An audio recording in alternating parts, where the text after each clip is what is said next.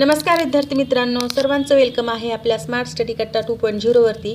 आणि आज आपण पाहणार आहोत जी की आज झालेली महाराष्ट्र गट क सेवा मुख्य परीक्षा 2023 त्यामध्ये आपण करंटचे क्वेश्चन पाहणार आहोत व त्याचे आन्सर पण पाहणार आहोत।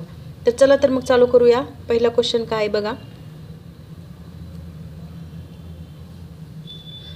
पहिला क्वेश्चन आहे, प्रत्येक सिगारेटवर अनिवार्य आरोग्यविषयक चेतावणी देणारा कोणता देश जगातील पहिला देश बनला आहे?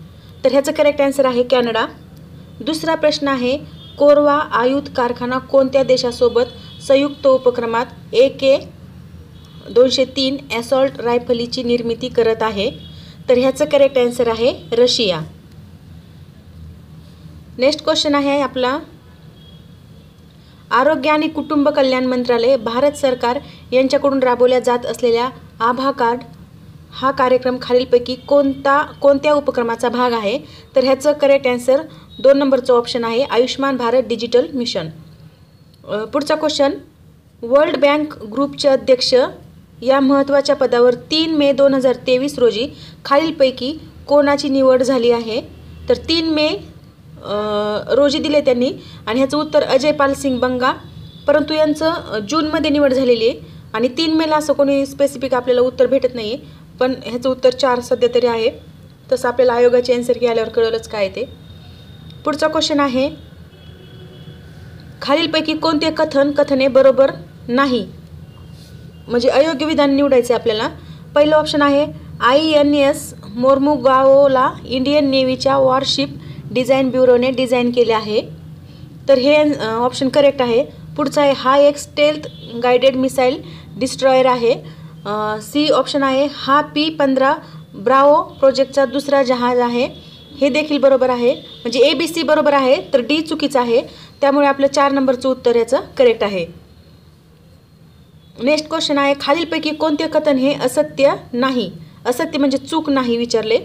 तर NATO प्लस ही संघटना अमेरिकेने बनवली, हे बरोबर आहे। आणि दुसरं जे आहे, ऑस्ट्रेलिया, न्यूझीलंड, इस्रायल, जपान, दक्षिण कोरिया हे देश या संघटनेचे सभासद आहेत, तर हे चूक आहे। आणि तिसरं ऑप्शन आहे, अमेरिकी काँग्रेसच्या सिलेक्ट कमिटीने भारताला NATO प्लसचा दर्जा देण्याची शिफारस केली, हे देखील बरोबर आहे। म्हणजे आपलं B चुकीचं असल्यामुळे आपण इथे इलिमिनेट जर केलं तर आपलं 2 नंबरचं उत्तर निघते, तरी आपल्याला आयोगाचे आन्सर केल्यावर फिक्स उत्तर कळलंच, पण सध्या तरी 2 नंबरचं उत्तर ह्याचे ॲक्युरेट आहे। पुढचा क्वेश्चन आहे, भारतीय रेल्वेने सुरक्षितता वाढवण्यासाठी कवच नावाची ऑटोमॅटिक ट्रेन प्रोजेक्शन म्हणजे ATP प्रणाली अंमलात आणली आहे। तर हे तंत्रज्ञान कोणी विकसित केले आहे? बऱ्याच जणांनी DRDO किंवा इस्रो केलं, परंतु ह्याचं करेक्ट आन्सर आहे RDSO म्हणजे research design and standards organisation, हे त्याचं करेक्ट आन्सर आहे 4 नंबर।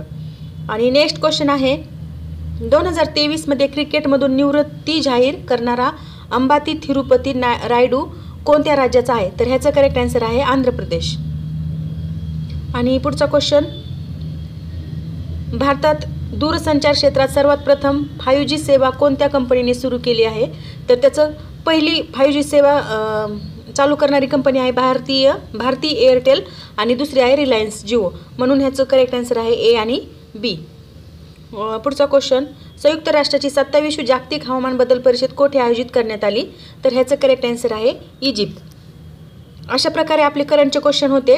आणि हा व्हिडिओ तुम्हाला कसा वाटला नक्की कमेंट बॉक्समध्ये कळवा आणि आपल्या चॅनलला लाईक, शेअर, सबस्क्राईब करायला विसरू नका। Thank you very much.